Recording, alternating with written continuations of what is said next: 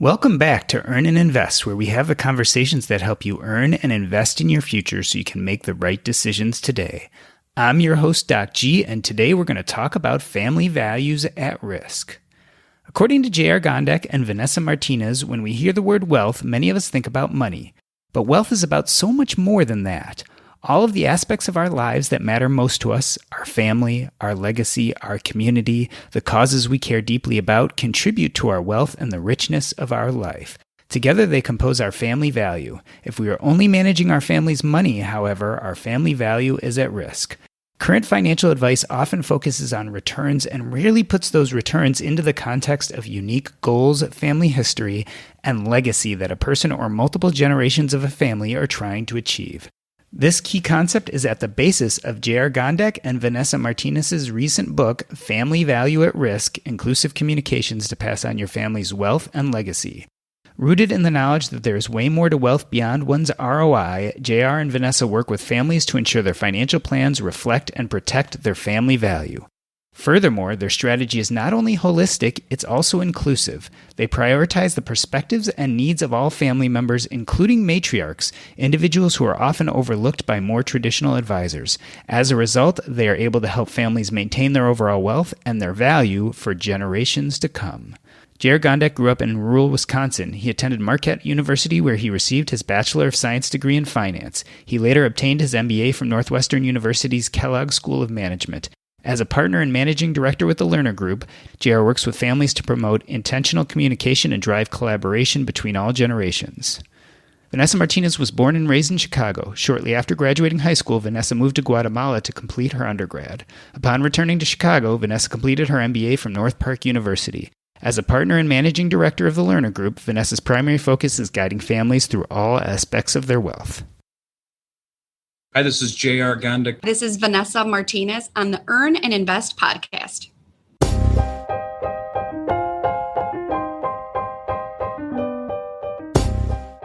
Mommy, what happens if you die? It was a question that I asked my mother a few months after my father died unexpectedly when I was 8 years old. And just like any other 8-year-old, I was worried about my future. What would happen if not only my dad, but my mom died too? Where would I live? Who would I live with? What would I live on? There were questions that my mother was so full of grief still, she hadn't had the time to ask herself. And it was the beginning of her estate planning journey, a journey that proved to be very important for our family. And so I'd ask you the same question. What about your family? Are you ignoring the worst case scenario? Are you putting your family values as well as financial well-being at risk? J.R. Gondek and Vanessa Martinez are partners and managing directors at the Learner Group, a wealth management firm dedicated to enhancing all areas of a client's financial life. They work with families to find solutions to complex problems, deepen relations between generations, and create lasting legacies. Their book is Family Values at Risk: Inclusive Communication to Pass on Your Family's Wealth and Legacy. J.R. and Vanessa, welcome to the show. Thank you for having us. Vanessa, let me start with you. Why did you name the book and process FVR, Family Value at Risk? Why not Family Wealth at Risk? Mainly because too many people believe that wealth ties specifically to dollars. So value is perception. So if we are able to relay that to people and explain that wealth is more than just money, I felt using that word was something that we both agreed was an easier way to explain it than tying it to wealth and always having to go that back and forth of it's not money, it's not just money. Well, let me push you on that idea. So if wealth is not just money, what else is it? That's where values comes in. So it's kind of tying it back to your story. We believe as parents that sometimes it's just on our mind, but don't realize how grown up the brains of our children are in reflecting on things that we do as parents. So if I'm a parent that mainly focuses on dollars every single day, I believe that that's the value and that's the legacy I'm passing on to my children. And even though finance is important, we believe that having your whole estate, the morals, the beliefs that you have, if you don't have that intentional conversation with your children, they're never going to learn it. There's a need to have these conversations, and that is the premise of the book.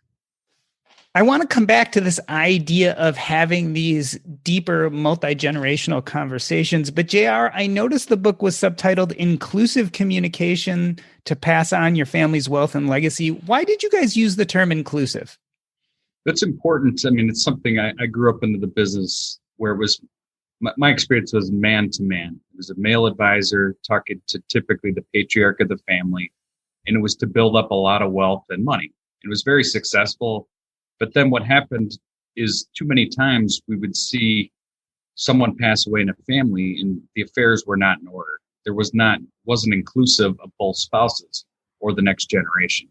So it was important to us to continue to kind of push the industry forward. And we think inclusive, intentional communication really helps facilitate that. I've noticed that you use often in the book the terms matriarch and patriarch. And I think it gets to this idea of inclusivity, not of only just both gender roles, but the generational roles too.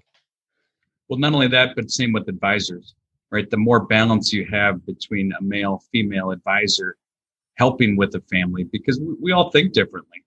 And the more balanced that conversation is within the advisor, within a business and within a family, the higher level you solve for, and you get all the issues on the table to really transfer that family legacy onto the following generations.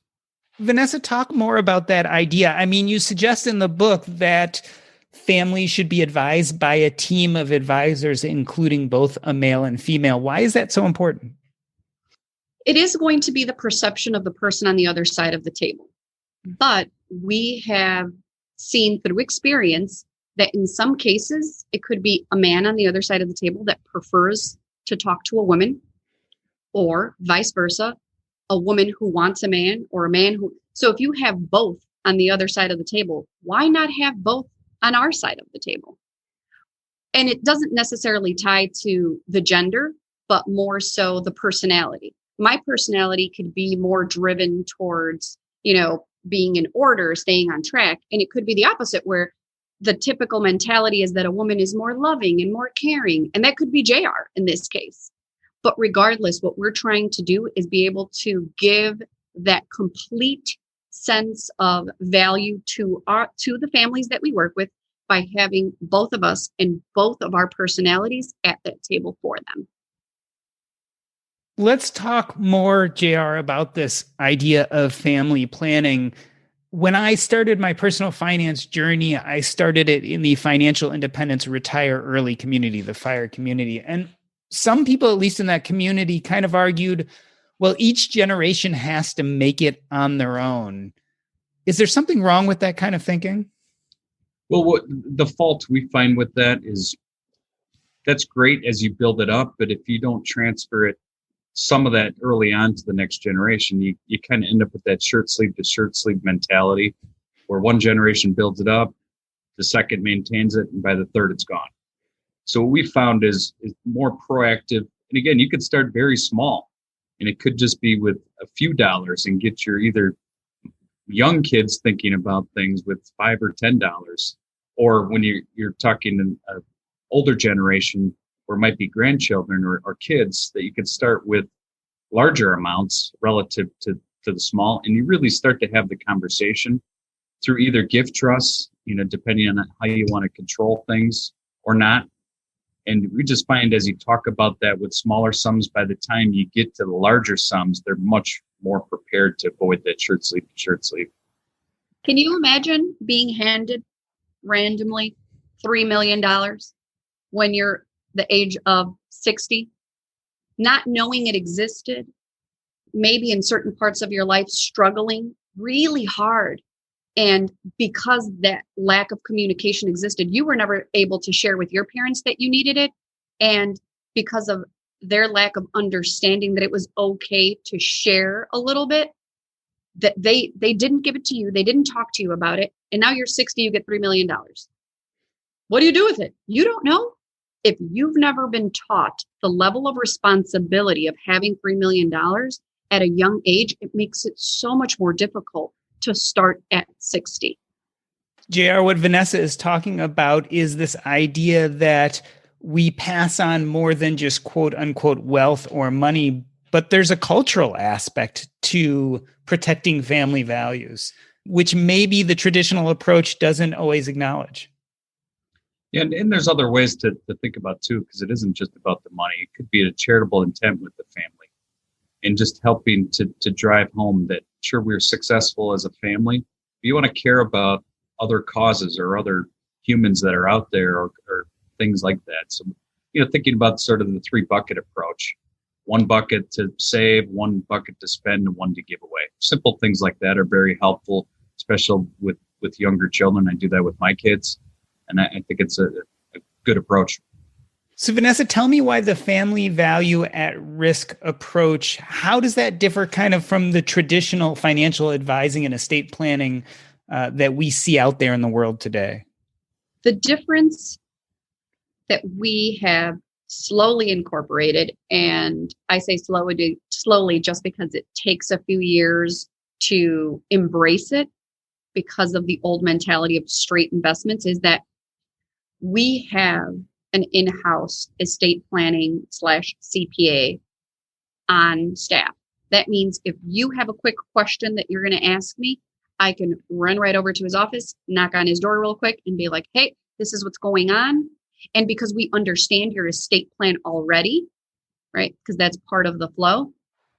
Then if you're going to buy a house, we'll let you know what our recommendation is on how to title it. If you're going to sell your business, we'll help you with pre-liquidity events that need to happen ahead of time. I feel too many times we think that we have to control everything. So we'll have everyone in separate locations. And what we like to do is be the coordinator.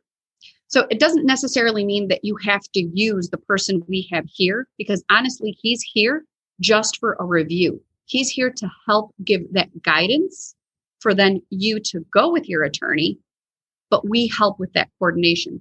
Because can you imagine I tell you in the investment terminology, can you make sure you have long-term gains, but you have short-term this, and when you sold that property, you did your 1035 exchange, and you're going to tell me, okay, let me write everything down and talk to my CPA. And then when you sit down with your CPA, you read off the list, and he was like, well, you did this time, but you didn't last time, and there's 5 of those and 2 of these. And then you're like, oh man, Vanessa, now I'm coming back to you. He said, so all we're doing is having you be a middleman. We cut out the middleman. You can definitely listen in, because we believe you being more educated in this whole process makes it so much better. But we're here to help. And to help means that coordinator for you. That's the difference. And then on top of it is just overcoming decision-making paralysis is what we talk about. Because a lot of times you think about your estate plan or your financial plan, and it's overwhelming. You just want to put it off till tomorrow and keep pushing it out. And we just like to bring it down to whether it's a simple 1-page net worth statement or the 4 things you need to decide when putting a will together or a trust. Because then it really can simplify it and get you to making a decision as opposed to pushing it off. And we like to kind of build that into the process as well. We're going to talk about decisions such as will or trust in a moment, Vanessa, but it brings up this idea. It's really hard to get people to estate plan. And often we find that people have all these documents that they finally get prepared and never sign. It's this idea of the decision paralysis that they can't kind of make that last step that I imagine is very common, especially when you don't have all of your advisors working together. I think sharing stories like the one you shared with us, which I think is very important for those listening right now to really take that to heart, to know that kids do think these thoughts. That's why, as a parent, that decision paralysis exists. But when I hear stories like that, it just pushes me forward. And that's what we try to do with the families that we work with. Let me share a couple stories of circumstances that have happened when people don't take the time to just sign that document. You've already made the decisions. You've already signed the guardians for your children, just sign the paper. Because the wonderful part of estate planning is you can change it tomorrow. I think that's what people get scared of, that they're signing like this legal contract that it's like in gold and engraved. It's broken. No, that's not true. We can change it. We can change anything. Divorce happens, death happens, millions of things happen in life. Just be prepared today and we'll look out into the future together. Now, JR, let me be a little bit of a naysayer. I hear this talk of sharing stories, et cetera, but I could see a client coming to you and saying, look, I want high returns and low fees. Why is that the wrong approach? Well, we talked about two concepts, the investment return and the wealth return. The investment return is what you're articulating. It's great to have a lot of money and make more on that. But if you're not focused on the overall wealth return, which is how it's titled, how it all fits together, you could cancel out a lot of those good results through taxes and poor planning. So it's a component of that, but it's educating. It took me a while personally to see that and embrace that, because that was how I was brought up in the industry. Let's maximize return and see where the portfolio and our families have good guidance outside between their estate planning and CPAs. We need to just maximize return. But then when you see that the low-hanging fruit that's out there on the wealth return, it's so much greater than purely the investment return. So Vanessa, as I was reading Family Value at Risk, I noticed that you kind of separated three buckets. One is estate planning, the other is assets, and the last is legacy. Why did you feel like you had to separate things in such a way? Maybe because my brain makes that little sections and buckets, but I think taking piece by piece is easier to digest, not necessarily because they don't tie together, because that's the purpose of putting all three of them in the book, showing everyone that you can't have one without the other. Because if you do, the consequence is, oh, wait, turn the page, read the next chapter, finding out what happens here. And wait, last but not least, because of course, at least personally, the most important one to me is the legacy, right? Those values, that heart to heart that you have with your kids truly makes it worthwhile. All the sacrifices we do as parents, day in and day out, to build this life of, I don't want to just be about money. I want my kids to see that I'm helping other people. That's what makes me happy. When I come home and my daughter says, oh, today in school, we were talking about what I want to be when I grow up. And then I was like, oh, great. And what did you decide? And then she was like, I want to be like you, mommy. And I was like, it's wonderful.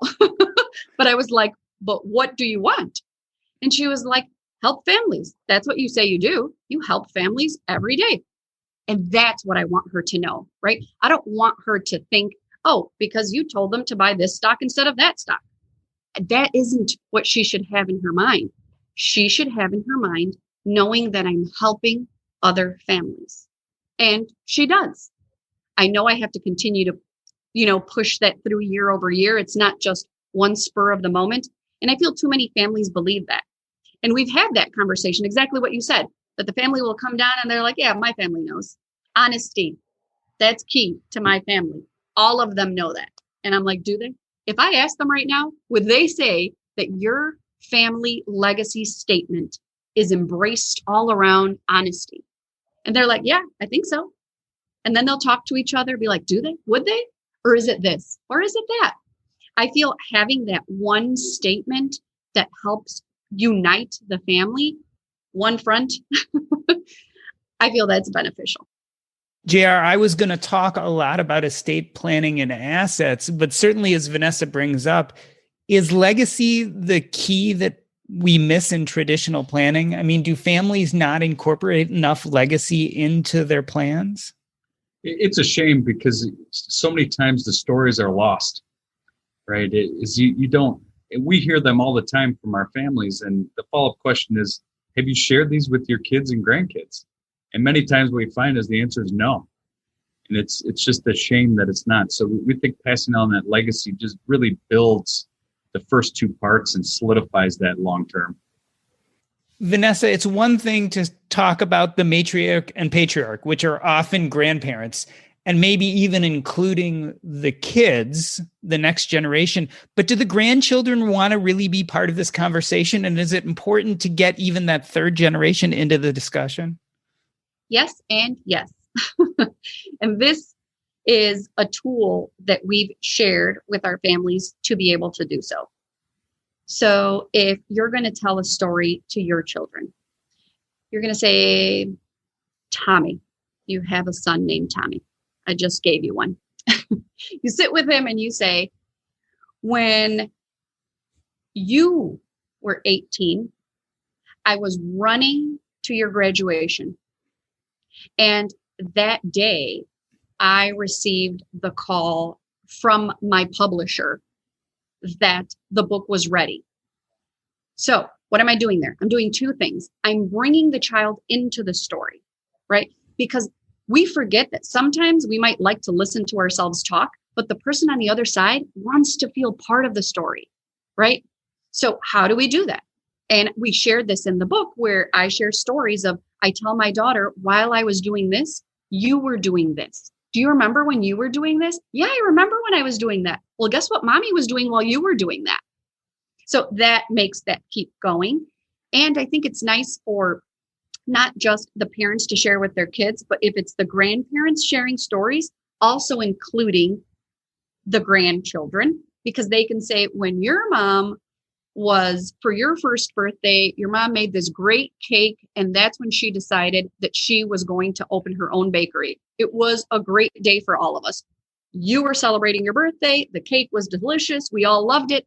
That is the kind of story that you share, not just me, and I was great, and I was wonderful, and I was great. It doesn't work that way. So JR, let's move over from legacy and transition to assets.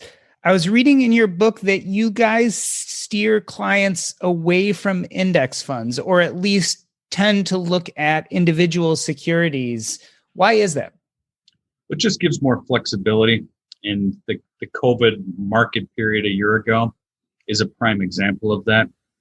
Because when we think about crisis investing, me personally was my third one as I look back at the .com, the financial crisis, and then this most recent, is we're so emotional as human beings that one of our number one job as an advisor is to have our families look toward their financial plan in the long term. And what market turmoil does is challenge you to really kind of not trust the plan, so to speak. And as we think about it, there's two good ways to really hurt yourself in retirement or on your retirement plan. One's at the top of the market and the other's at the bottom of the market. And both are equally bad.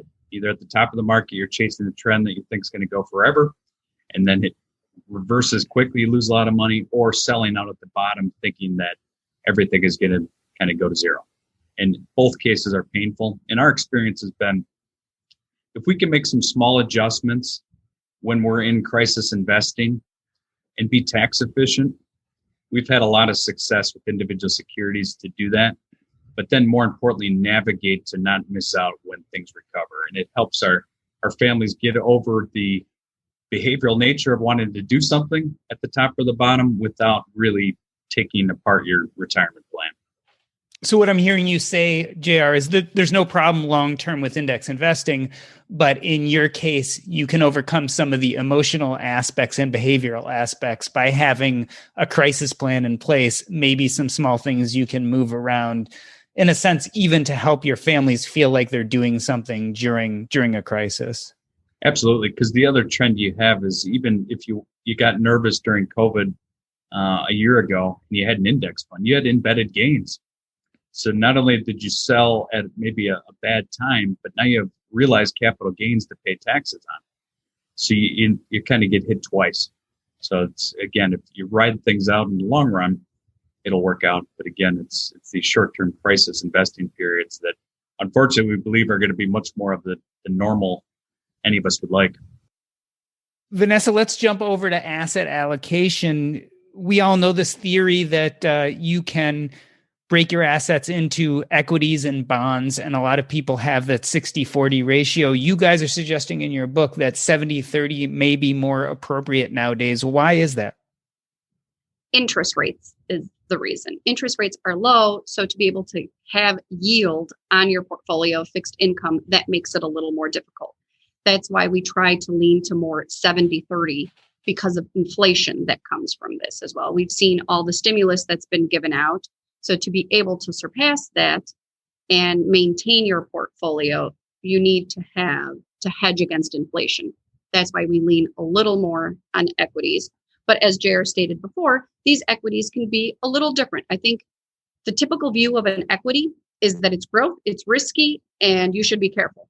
But if you look that there's value equities, right, that there's these equities that do pay a dividend, now you have another option to create that income that you need at retirement.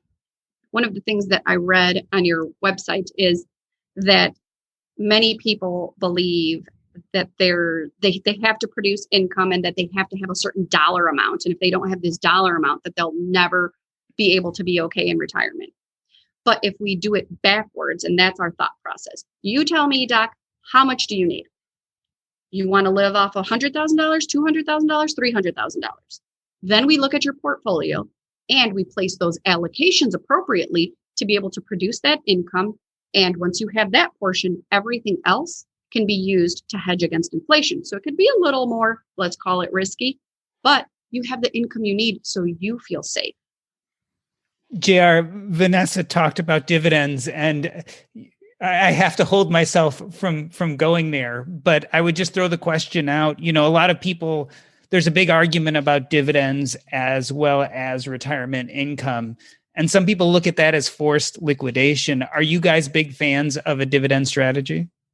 Very big fan, because when you study companies over a long period of time, you know, there's ups and downs with individual company performance, but one thing that's very difficult to cheat, so to speak, is cash flow. And you can measure that, and it really helps diffuse a lot of the behavior of people to worry about the ups and downs of the market. Is one of the biggest things we learned from the financial crisis and changed our portfolio strategy and retirement planning forever. Whereas prior to the financial crisis, you'd model out your retirement. You would assume equities would make 8 to 10% a year. If you spent 4 to 6% in retirement, you were okay, and you could stay with the long-term kind of more aggressive portfolio. Fast forward to the bottom of the market, March of 2009, your 6% withdrawal rate, because the equities had fallen more than half, was now 12, 13%, and you couldn't sustain it, right? Fast forward to today, with either interest on bonds or dividend stocks, you can model out that income, and it's very sustainable to allow for the portfolio to, in some sense, work for you. So you convert from retirement to the portfolio being your stream of income or employment, if you want to think about it that way. And it's been very effective the last 10 years, and even during the COVID last year, to help families really get through the ups and downs of the market.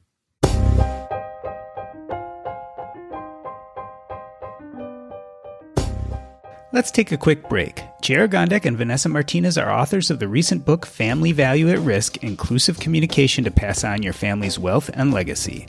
I'm Doc G, and this is Earn and Invest. You know, lately I've been thinking a lot about real estate, and one of my favorite places to go to learn is the Real Estate and Financial Independence podcast with Coach Carson. That's right, Chad Carson, also known as the Coach, has 2 types of episodes that get you up to speed on real estate and how you can use it towards financial independence. The first is one where he, as the expert, tells you all the tips and tricks about how to use this asset class. The second is where he has real life examples, guests on proof of concept of how you can learn about real estate and cash flow monthly. I highly suggest taking a listen to the Coach. It's the Real Estate and Financial Independence podcast. Check them out at coachcarson.com. Again, that's coachcarson.com. Take a listen. You won't be sorry.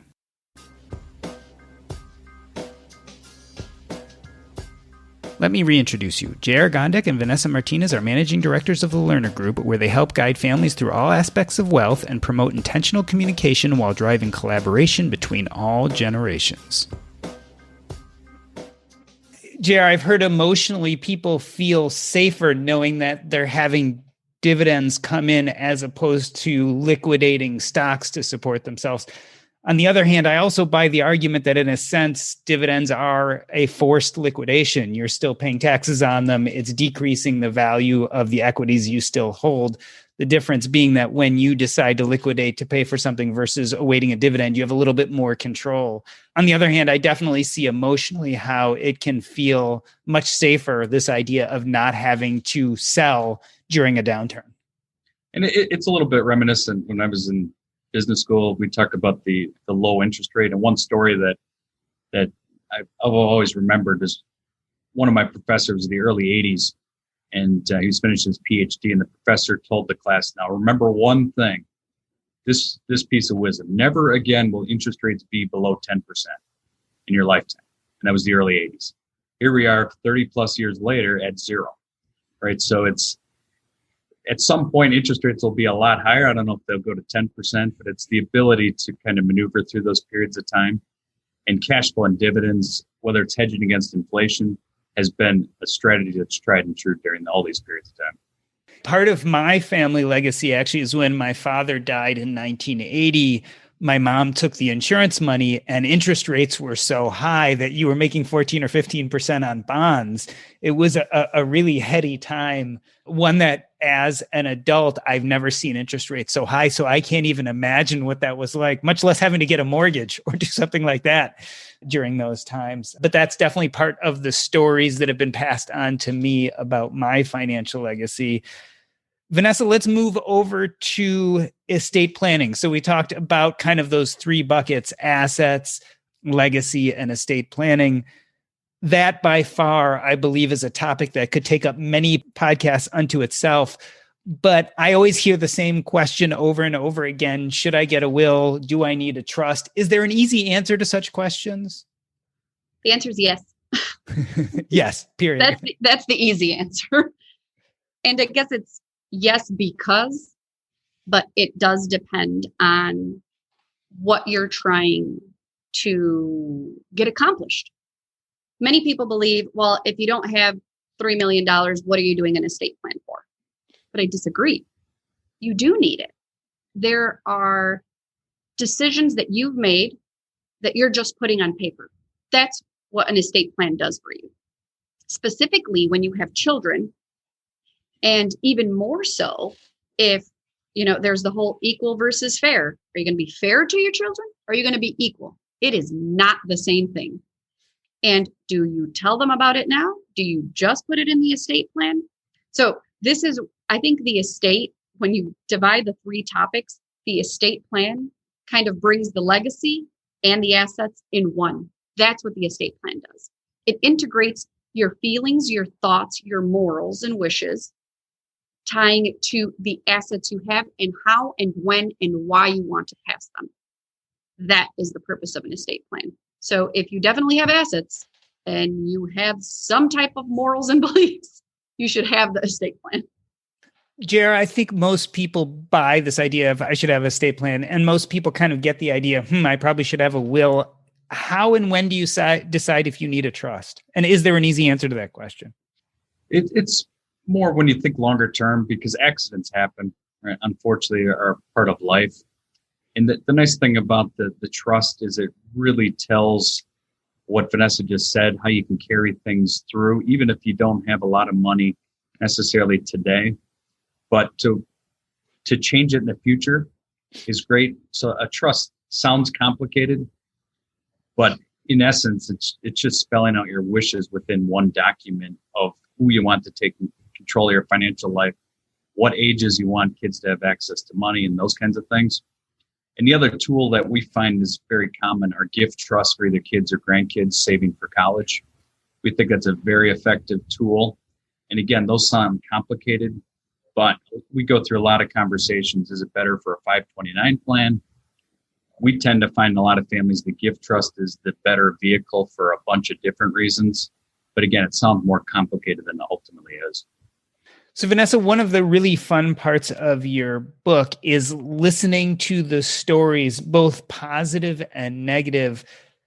Tell us a story about a family that had their values at risk and how they managed it well by doing good estate, asset, and legacy planning. There's a family in the book. Obviously, we had to change the name, so it makes it makes it difficult off the top of my head to remember. I don't remember if it was the Bates. Can't remember what name we gave them in the book. But what this family did was they had their business. One, they did inclusive communication. So husband and wife always together in making these decisions. And I adore this family. They're wonderful. And they've been able to pass on their legacy. What I mean by legacy is the style in which they do things. So they had this steel business. They were able to grow it, sell it, do pre-liquidity planning, have all this in their estate. They had 5 children. And this is the fun part. It's a modern family. So it's 3 his, 2 hers, right? So now there's a different dynamic here. And this is why estate planning does help as well, because it doesn't leave a wishy-washy feeling on, do you give more to those? Do you give more to those? Do you divide by 5 or do you divide in 2 and then do 3/4, 2/4? So it just really makes you sit down and have the conversation. But one of their pieces, because they are a modern family, is that inclusive approach to his, hers, and their children. Once they had their daughters and they had children, or they married and they had modern families, their legacy piece is inclusive to all, which means not bloodline, but all are considered descendants, right? So that's, I guess, a funny piece to a trust or to an estate plan. If your child is not your legal child, you must state it in the document that this person is part of your descendants, right? You have to say that there, because otherwise the court will look at it and say, okay, well, these are yours, these are his. So if it passes, it's going to pass this way. So you have to be specific there. But that was something so important to great grandmother now. And she's passed it on to her daughters. Her daughters have passed it on to their kids. Their kids are now babies, right? So we're 4 generations in. But it's nice to have, now that they're doing gifting, now that the daughters are doing gifting to their older daughters, and they married that way, I always love to double check, right? I don't want to assume. So we're like, okay, well, gifting time. Who are we gifting to? Oh, all my kids. And for them, all my kids means all my kids, because they're all mine, regardless if I married this man and his daughters were 15 when we married. They're still my kids. So I love that was able to transcend through their whole family. The great grandmother also wrote a book, which is nice to share with the family, share her stories, what Jared was talking about, that sometimes it's too hard to sit with all of them and share everything. So she wrote a book. And as I remember the story, what is also very gratifying is after the matriarchs and patriarchs of these families die, that their memories and their gifting carries on through the generations, that it gives the younger generations a good chance to understand who their forebears were. Correct. Jared, let's look at the other side of that. Tell me a story of a family that didn't quite plan the way they probably should have, and it came to cause problems for them. Well, here's just an unfortunate, maybe younger generation type of story where there was an accident in the hospital, for a young child and a medical mishap. And there's no estate plan in place. Who's thinking about their young children and their young family to begin with? And then in this case, there's a lawsuit and a judgment. So now there's a large estate for a minor child that's no longer with us, unfortunately, and trying to work through the dynamics of now with the courts and other things that go through. It's just a very difficult situation to work through a guardian all the way till age 18 for the other siblings and those kinds of things, on top of the grief of losing a young child. So it's just the importance of having that will and estate plan in at any level of life, because unfortunately life comes unexpected, and that was kind of an unfortunate example. I think exactly what you said is the most important piece. When you lose someone, the last thing you want to think about is money. That's the last thing you want. You want to mourn. You want to do nothing, right? Not sit there and call my financial advisor, call my attorney, call the CPA, who should transfer this, who should do that. An estate plan will allow you to rest and be at peace and know that you already took care of that.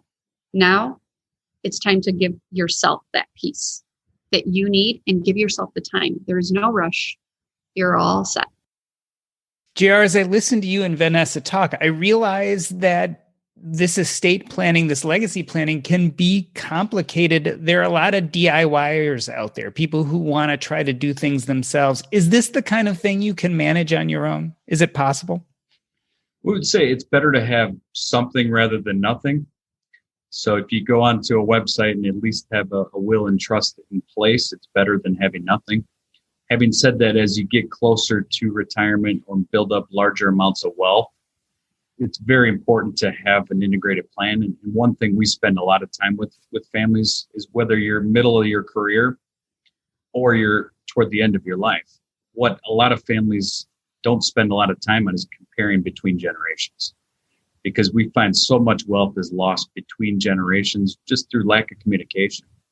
So it's good to have something in place. But the next step in what we spend, and I think advisors bring a lot of value, is comparing generations and making sure there's family coordination and communication. So Vanessa, there are a lot of people listening right now. Of course, they can go read your book, Family Value at Risk, but are there some good resources out there if you are on step one? If you're listening to this podcast and saying, okay, I really got to get my life in order. I've been putting it off till now. What's the first thing to do? We made it easy. I think it's in chapter 4. There's a tear-off sheet. So that was what we thought would be a dynamic tool to have in the book. It's not just read through the whole book while you're sipping on a pina colada. It's read, learn how, tear off the sheet, and then do your own. Because this is what takes us over that step of the decision paralysis that we talk about so much. Just do it. It's right there. There's a part in the book where we tell you, put it down, now go to the next step. Right? Because we understand that that's what everyone needs is someone to hold your hand, walk you through the process, tell you it's time to take the next step. So that is what I'm hoping everyone who's listening will do. Know where you are today and maybe start with that net worth statement. Just jot down those items. It's a snapshot in time, but believe me, when you take a look at that, you probably will be off by a few digits, but having it in front of you is perfect. So that way you know what you need to do next. So JR, Vanessa's talking about calculating your net worth. You put some examples in the book in a tear-off sheet to help people understand how to do that. Other first steps, JR, especially if you're listening to this right now, you've not done any of the work. How do you jump in per se? Well, if you definitely have minor children, the will is critically important, just given what we talked about. And then just understand those simple things as to whom you might want to take over from a financial perspective and from who's going to raise your children long-term perspective. And just have those few items that kind of get you on track to get those wills done, which is very important with minor children. Another piece that I know we're kind of harping on those who haven't made any decisions, but I also want to talk to those that are listening that are thinking right now, I already did it. I'm perfectly fine.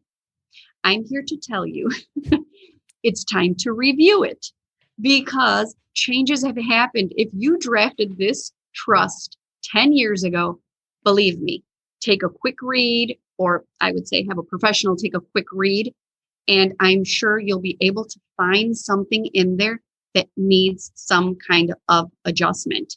I'll share a quick story, which is also in the book, and it's similar to yours, Doc. I I had my estate plan in order, right? That's what I do for a living. I have to make sure everything's in order.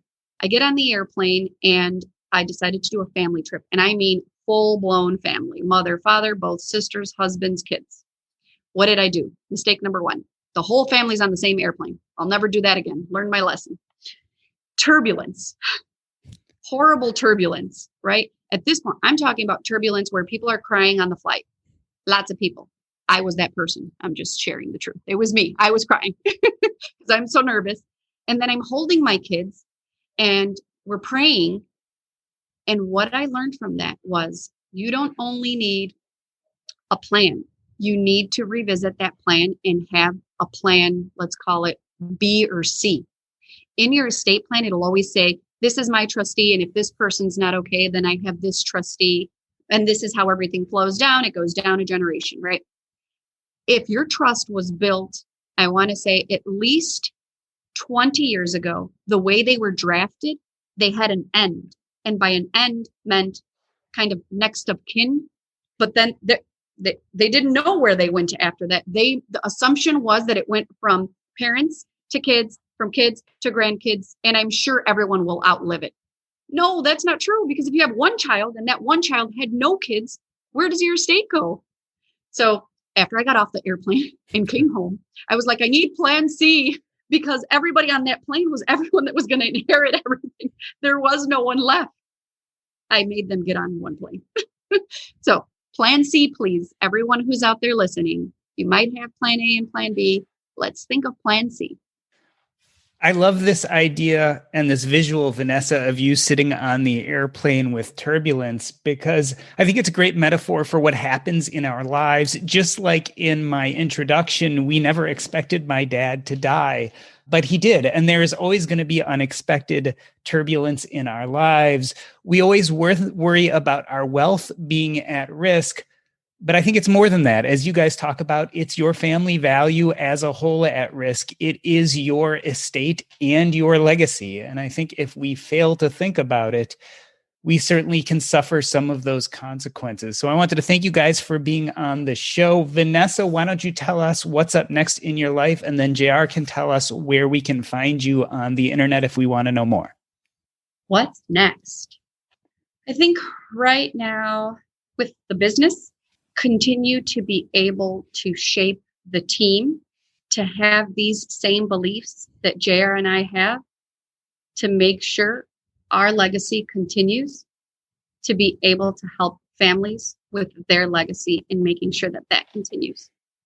And JR, where can we find you if we want to know more? And certainly, where can we buy your book, Family Value at Risk, Inclusive Communication to Pass on Your Family's Wealth and Legacy? You can find us on our website, Hightower Advisors, under the Learner Group. Vanessa and I are both on LinkedIn, so you can follow or track us through LinkedIn. And then we're also on Twitter and Instagram as well. Our book's available on Amazon.com. This has been the Earn and Invest podcast. On behalf of myself, Doc G, I'd like to thank Vanessa Martinez and JR Gondek. That's a wrap.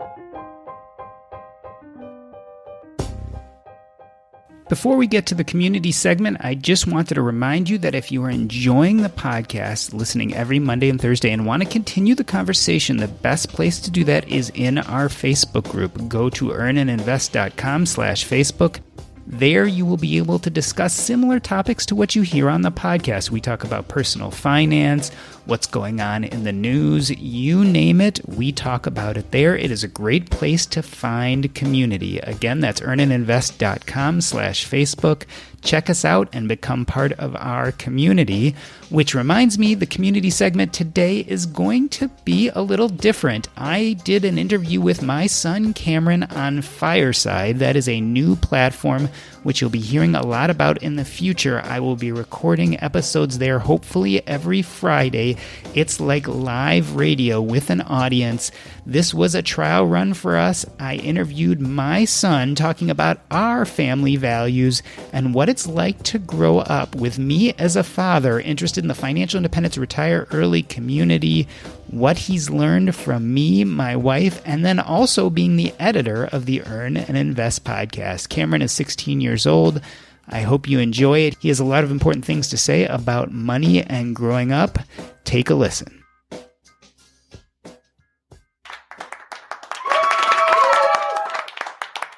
Hey, everybody. Welcome to our first live fireside episode of the Earn and Invest podcast. We have the conversations that help you earn and invest in your future so you can make the right decisions today. We're planning on having live fireside chats every Friday at 10 a.m. Central. That's 10 a.m. CST, with our first one starting next week. I'm your host, Doc G, and this morning we're going to talk about the secret financial lives of teenagers. While there's many books out there that really help us learn about bringing up financially responsible and savvy kids, there are very few chances we get to talk to a teenager live about their experiences with money. So today I'm going to welcome my son, Cameron G, to the show. He is a high schooler, the chief technology officer of the G family, and also the audio editor of the Earn and Invest podcast. Cameron, welcome to Fireside and welcome to Earn and Invest. Thanks for having me. Cameron, let's jump right into it. For all those people listening, tell us how old you are and what grade of school you're in. So I am 16 and I'm finishing my sophomore year of high school. Yeah, this is the end of the school year, about to be a junior. Tell me, Cameron, do you and your friends, do you learn about money in school? Is that something that's taught in classes? So there is a graduation requirement of some sort of financial education. I haven't gotten there yet, but I'm interested to see what that's like. I was about to say, do you have any idea what some of the offerings are? Do they teach you about the stock market or what have you? I would hope so. My guess is that there's a lot of, tax stuff. Well, maybe investing, maybe a little bit, but I don't know. Yeah, it's good to know that they at least require one class.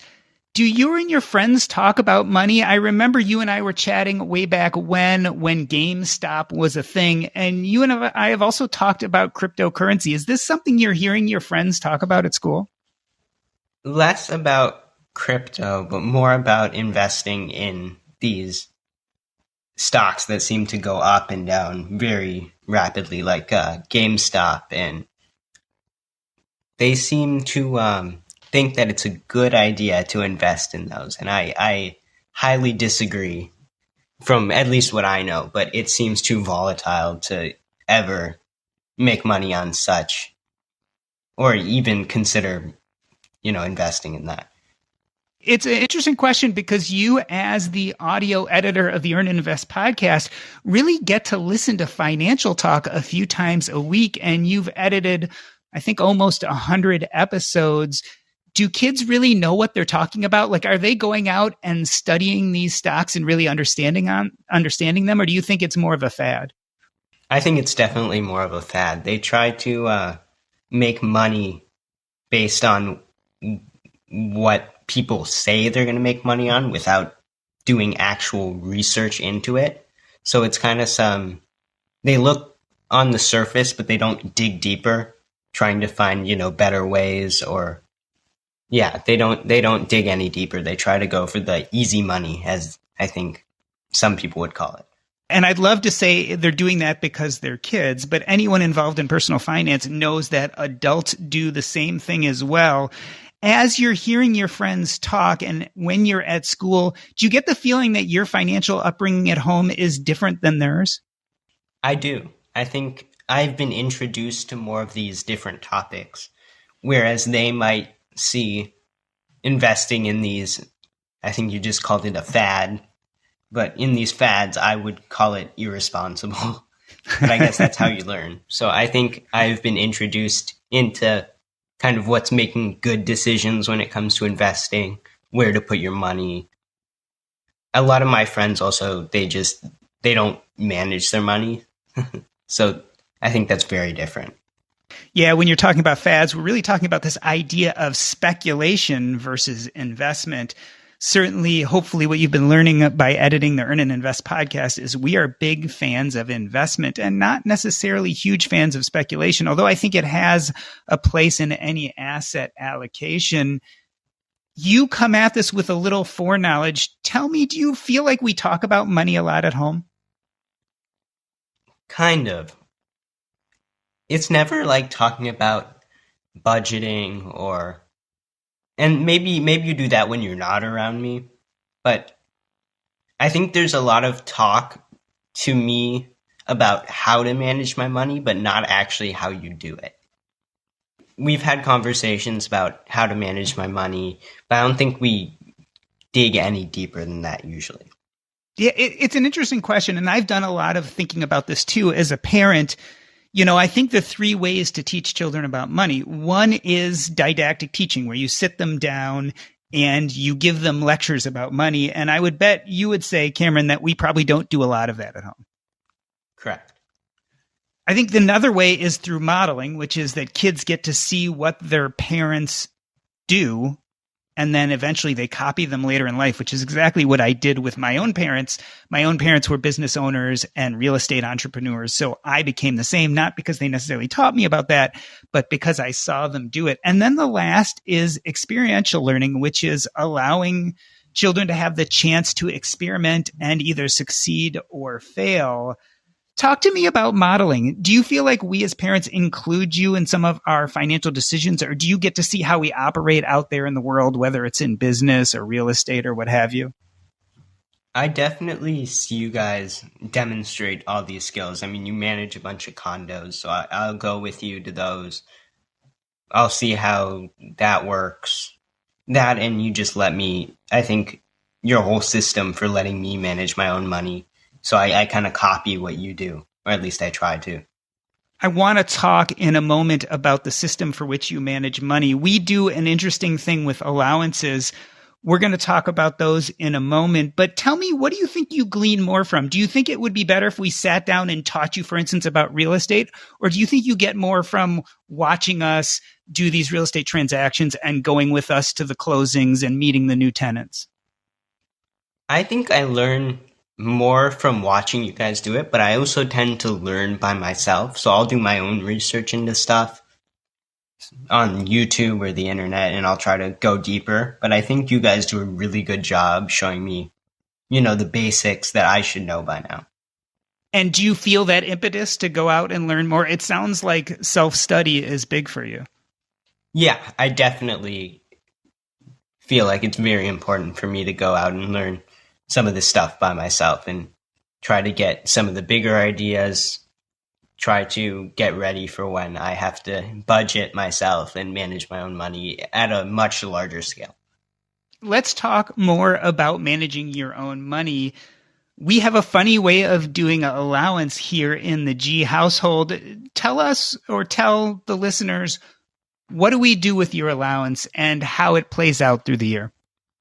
Yeah, so I get around, I think it's $10 a week, but it's all given up front every year. So that's $520 a week. And I'm supposed to budget that for all my expenses. So that's any junk food I want, that's clothes, shoes, anything that I want that's not, regular food or any necessity. And tell us a little bit about what you've learned with these budgeting experiences. I remember an episode where you dropped your phone into a river and lost it, and then had to decide if you had enough budget or not to buy a new one. Yeah, so there's definitely times that I've wanted something that it didn't make sense for me to buy it. So I think I've learned what I really need versus what I want. And I think as I get older, and I have a job now, so I can kind of dip more into that and get the stuff that I also want. But through this, I've kind of learned exactly what I need. I know how often I'll need it, and I really don't.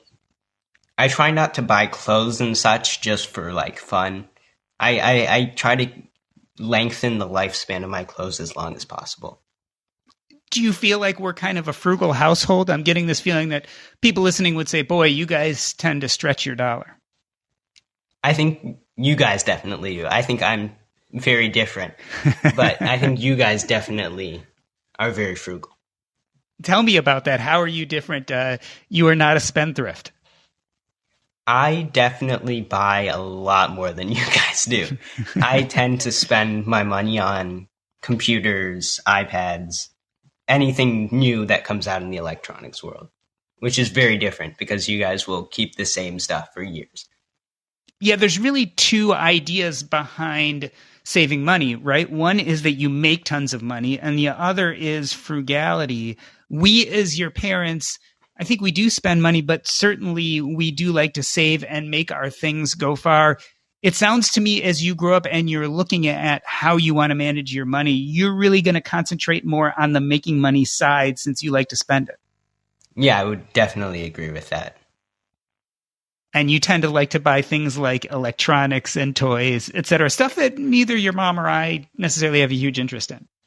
Yeah, but I also tend to kind of budget that out. I tend to not, or I buy cheaper versions of other stuff that I can save a little money on so that the stuff that I want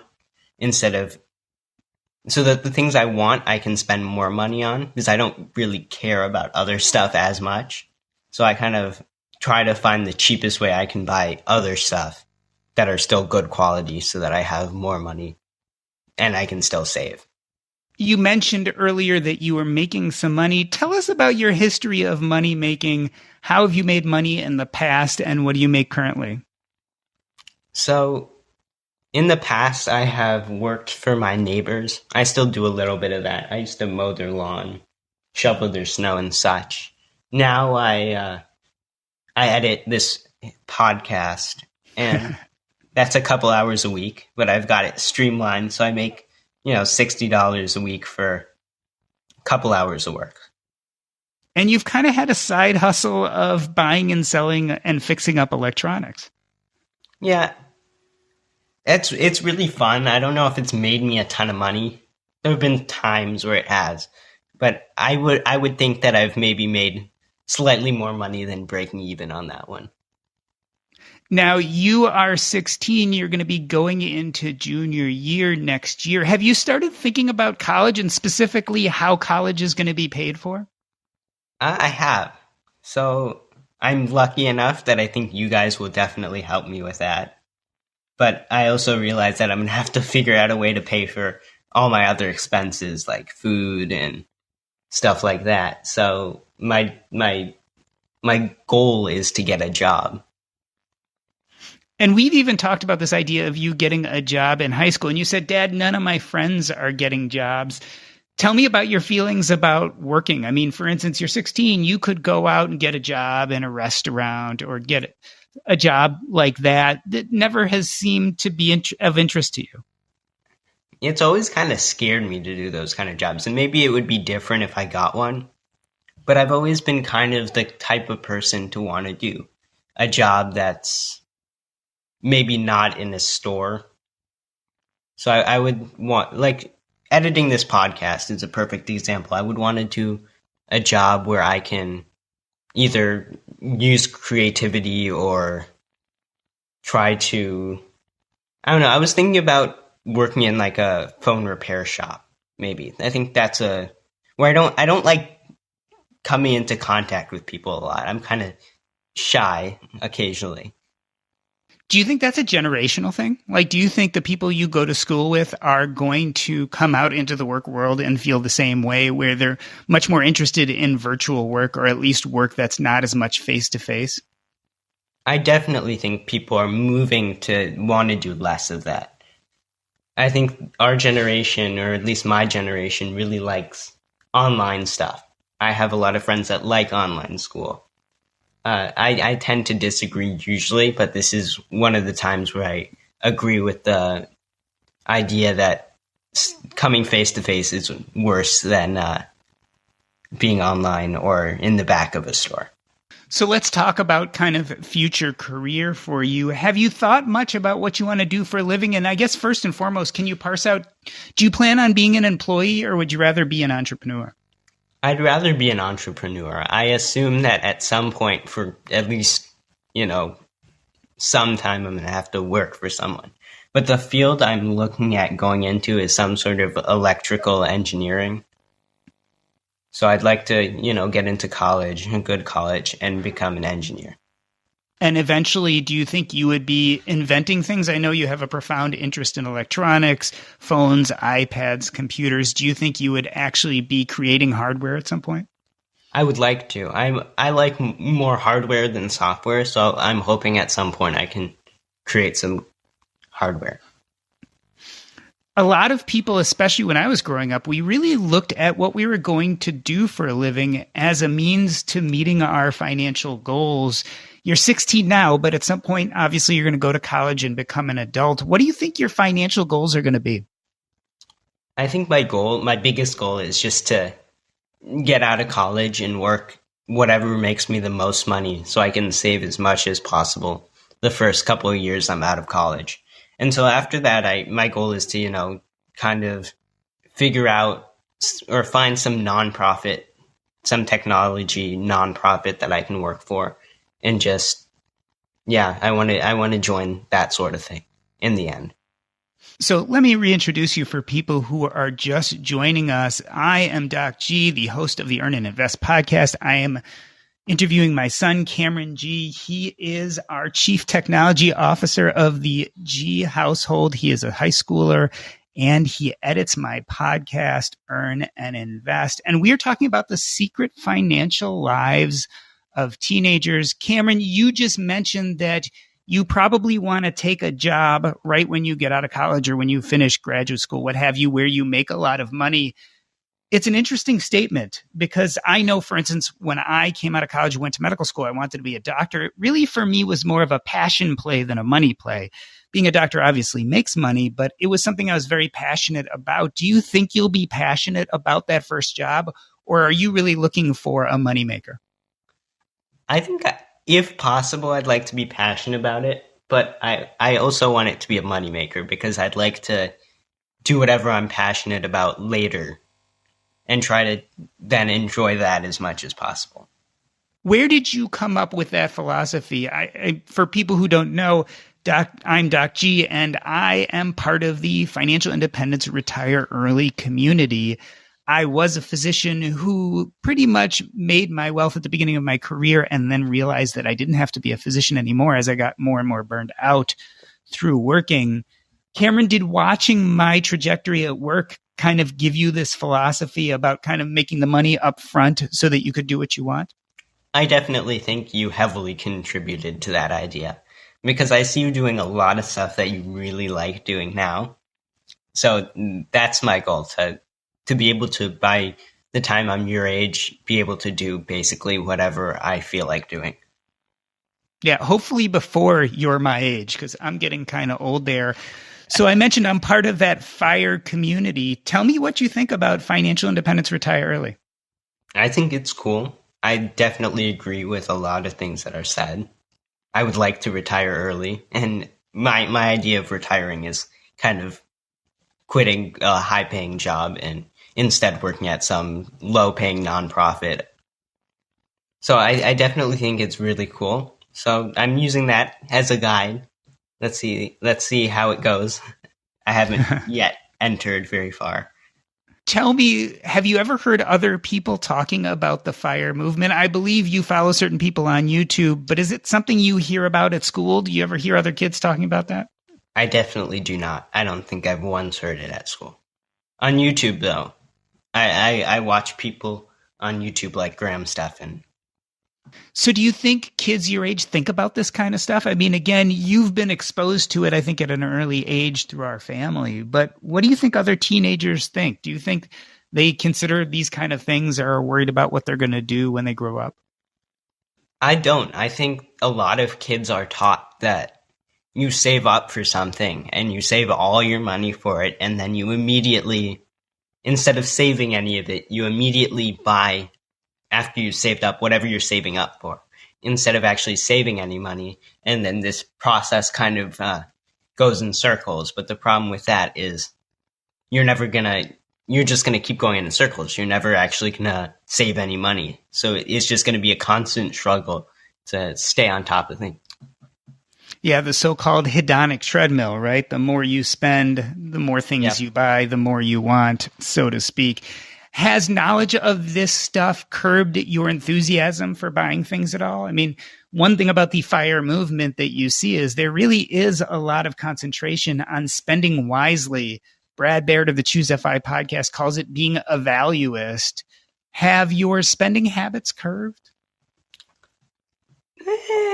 Not really. I mean, I definitely save money now, so I'm trying to do it responsibly if that's possible. So I put aside money to save, and I've been trying to invest more. So my hope is that I can still spend less and save more, but still buy stuff. How do you decide how much to save? Like, do you have a percentage or amount, or do you just kind of save when you feel like it? I kind of save when I feel like it. I try to have like end goals for the year, how much money I want to have. Looking to the future, what do you think wealth will mean to you? Like, what will it feel like to be wealthy? You know, what is your conception of what that is? I think probably living somewhere that I like, maybe not working the whole day, maybe working half a day, 3/4 of, when there's daylight, maybe 9 to 3 or something like that. To a point where I don't have to really stress out about money. I think that's the ultimate goal for a lot of people, not stressing out about money. So I would definitely agree with that one. So your conception of wealth has very little to do with actually a net worth or a cash value. Yeah, I don't think that's important if you can do what you want. Tell me about the role of investing. You know, we at home talk, Mom and I do a lot about investing our money. You've heard me talk about the power of compounding. Do you think investing will play a big role in you building wealth? I definitely think it will, because I think one of the biggest reasons is it's a motivator for me to save money. If I can kind of watch it grow, so I can put it in there, I can slowly watch it grow. And I'm not going to want to take money out of it. So I think it's a great way to kind of save money and gain from it more than just having it sit in a bank. So I plan to do more of that over the next few years. And I really like to, get into that and learn about it. I want to talk more about investing in a moment, but just invite anyone in the audience, if you have questions for me, Doc G, or for my son, Cameron, about the secret financial lives of teenagers, feel free to come up on stage. All you have to do is request, and I will let you up.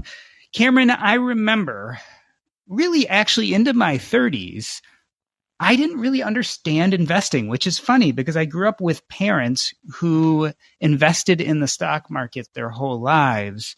Yet to me, it felt like kind of a black box. Tell me about how you feel about investing right now. Is it something you feel like you have a grasp on, or does it feel amorphous like it did to me pretty much most of my life? So I think I have a grasp on the basics. So I know how it works. I don't know any of the more in-depth tricks or any of that stuff at the moment, but that's what I hope to learn. Do you think, or does it feel like it's a very complicated thing to you just from the outset? Not really. I mean, it's a little complicated, but I think if you learn about it, which I haven't put in, I don't think enough time yet to really get down to it, but I think if you put in a bunch of time to it, it seems not too hard. So let's look towards your future. What do you think are going to be the biggest hurdles to your financial dreams? Like, what is going to get in the way for you, do you think? I honestly have no idea. I haven't. Maybe getting a job. I think it's definitely harder to get a job nowadays, or at least that's what I've heard. As soon as I get out of college, I'm going to have to, go and get a job. That kind of scares me, but that's what I want to do, so I will do it. It's an interesting question. Like, we as adults watch the news and get stressed out, right? As the economy goes up and goes down, as the job market goes up and down. Are these things you find yourself paying attention to? Like, when you're watching the news, do you pay attention to what's happening to the economy or the job market? I definitely pay attention to it, but I don't really bring it back to my life because I'm just not affected by it at the moment because I know eventually any money that I have in the stock market or invested will rebound at some point. So I'm not worried about that. As for the job market, I'm just so far away in like my eyes from having a big job that I don't apply it to myself. So let's look at your generation in general. What do you think your generation gets wrong about money? Like, as you look around your friends, what do you think they are totally messing up? So what I previously said definitely applies here about people spending money on things that they save up for money for something, and then they immediately put all their money into it. And then most of my friends, if not all of them, none of them manage their money. I think it's very important, from what you guys have taught me, to actually see what's coming in and going out, and kind of having a bank account where you can manage it yourself. Because I think that's what, if you're thrown into life and you have never seen how a bank account works, or credit cards or debit cards, I think you're going to end up making a lot more mistakes than if somebody kind of teaches you on a smaller scale.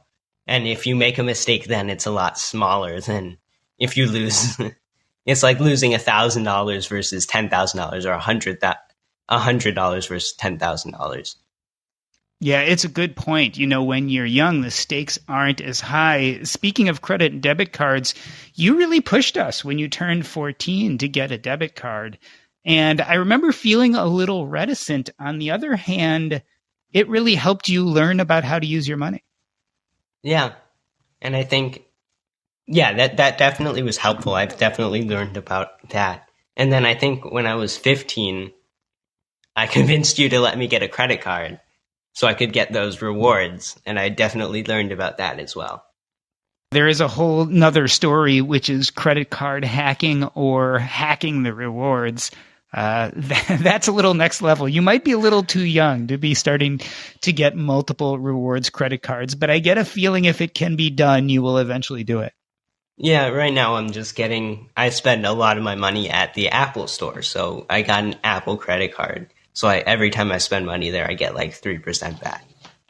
So I'm thinking more about your generation. I remember it was always the goal of us is that we wanted to be as successful or more successful than our parents. As you look at your generation and the generation of parents that had you, do you think that you guys will be able to have as much financial and economic success as you get older? I think we definitely will, but I don't think we care as much about, beating any previous, I don't care if I'm more or less successful than you.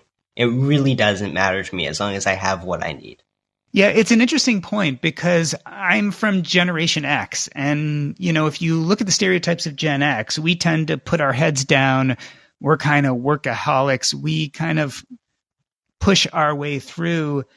You are more of the Gen Z generation. And for you guys, things like social concerns and happiness really seem to play a greater role. Like, it seems to me your generation really wants to A, have a good work-life balance, and B, has concerns for things like our planet and for the well-being of our people, maybe more than my generation does. I would definitely agree with that. I think we definitely want to undo some of the stuff that's been done to the earth. I think that's one of the biggest things that we want to change. We want to get rid of emissions. I'm big into electric cars. I think we definitely want to have lives that aren't, 100% work either. Yeah, I remember being your age, and I think I had anxiety about making a living and anxiety about money. I get the feeling your generation is much more anxious about living in a good place. Yeah, I would agree with that. I'm kind of scared about what Earth is going to look like in 20 or 30 years. It definitely is exciting to hear the next generation, especially because it seems like people like you understand what their financial needs are going to be, but then also are looking out to the world in general and making sure that we take care of it. I mentioned that you are the editor of the Earn and Invest podcast. You also have recently started your own podcast. Tell us about that. So I am going to start making a tech podcast. Just anything new in the tech world. and I haven't actually made a full episode yet. It's kind of hard getting stuff sorted out online. I can't just sit around. My friends that I'm going to do it with is in Arizona, so I can't just walk over to him and, record it. So I have to figure that out. But my hope is to have kind of tech news podcast. And tell me about your feelings about podcasts as a medium. We are now on Fireside at this moment. Feels a little more like live radio. You've also put some stuff up on YouTube. Do you think you're going to like podcasting? I have no clue. That's why I'm going to try it. Yeah, Sounds fun. So anything else you want to tell everyone out there about the secret financial lives of teenagers? Anything unexpected? Anything you think we don't know? Because most of the people listening right now are older than you. Some of us are parents. Anything we don't understand about your financial needs? I think that a lot of older people don't get our generation in the way that we want to kind of make things better in general for everybody. And I think people take that as we don't want to focus on what we specifically are going to do or each person is going to specifically do in the future. So we need to, or I think other people may need to kind of see what our end goal is instead of discredit us for not trying to build our own separate futures. I've definitely heard people say about the younger generations that they don't want to work as hard or they're not as driven. On the other hand, I've had the pleasure of knowing a lot of young people, and there seems to be a lot of drive there. Like, you don't hit me as a non-driven person, even though you talk about these greater societal needs. Yeah, I think we're more driven instead of to like jobs. I think we're more driven to problems, like human rights problems, earth problems, instead of our own personal problems. Well, Cameron, I wanted to thank you for being here on Fireside with me, for having this live conversation, as well as being on the Earn and Invest podcast. It is a pleasure to have you not only edit the podcast, but have someone I can talk to about how this next generation thinks about money.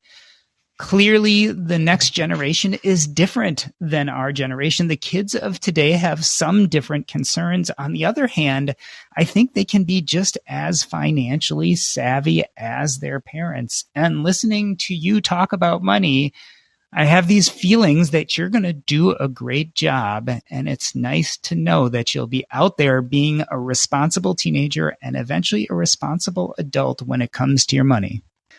This has been the Earn and Invest podcast. On behalf of myself, I wanted to thank my son, Cameron G. You can check us out at earnandinvest.com. We put out episodes every Monday and Thursday. These are next level conversations that help you earn and invest in your future so you can make the right decisions today. We will also be trying to show up on Fireside every Friday to live podcast or live record our episodes, which will then be released the week later. So hear it first live on Fireside, or go to your favorite podcast player, whether that be iTunes, Spotify, what have you. Check us out, look us up, Earn and Invest. Thank you, everybody, and have a great weekend.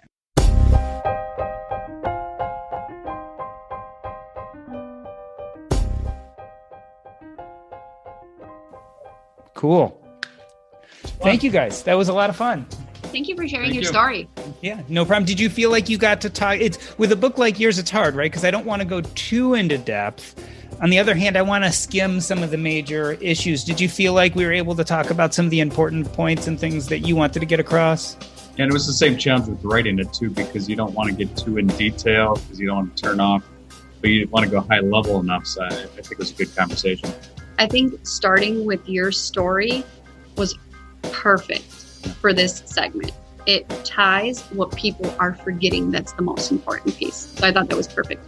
Thank you. I'm very thoughtful about how I want to approach these conversations. So when I get something like, so for one is, if I'm going to interview an author, I'm going to read the whole book because not everyone does. But I want to make sure that I've thought deeply enough to really tie in what you have to say and why it's important. And so I really think a lot about what those introductions are going to be, because I want to make sure that it relates. I enjoyed your book a lot. And I did also want to push you a touch, just very gently, on certain ideas like index investing and dividends, et cetera, because I know my community will, even though I don't think that's really the purpose of a lot of what you're talking about, I know my community will be having those thoughts. Yes, exactly. Yeah. So, and I love those debates. I don't know how detailed anyone spent too much time, because I could talk till I'm blue in the face about some of those, and I don't want to get too detailed on some of that. Yeah, we because I started, again, I don't really consider this a Financial Independence Retire Early podcast, but it kind of started that way. So you have a lot of people who love to dive into the weeds of dividends versus not dividends, right? I mean, how you could, discuss that for forever, or index funds versus not index funds, or even financial advisors versus no financial advisors. Yep. I certainly have fallen over time on the camp of, you need a decent amount of help to really do this right. And obviously that's financial advisors and lawyers and CPAs. And I've definitely changed over time in my thoughts on that when I've realized how incredibly complex things can be, although I am still a fan of very simple investing. So I'm a big fan of index investing, but I completely understand your approach of index versus single stocks, because I do think the majority of people have trouble stomaching the ups and downs. And so I think that my understanding from what I read and from what you said is really, you have kind of the safety valve approach. And I think that helps people emotionally manage kind of the ups and downs. Yeah, we're a little bit unique. We manage everything in-house, so it gives us the flexibility to get in and out and not time the market per se. Yeah. We're doing this across the board. Yeah. And we all know that the problem is that the majority of us who don't do this for a living just don't have the time, energy, or resources to know what really true good value stocks are, right? So if we all knew that, right, we would just buy early and hold on forever, and it would fulfill its purpose. But lots of us don't have the resources nor the stomach. And so that's something I've learned over time.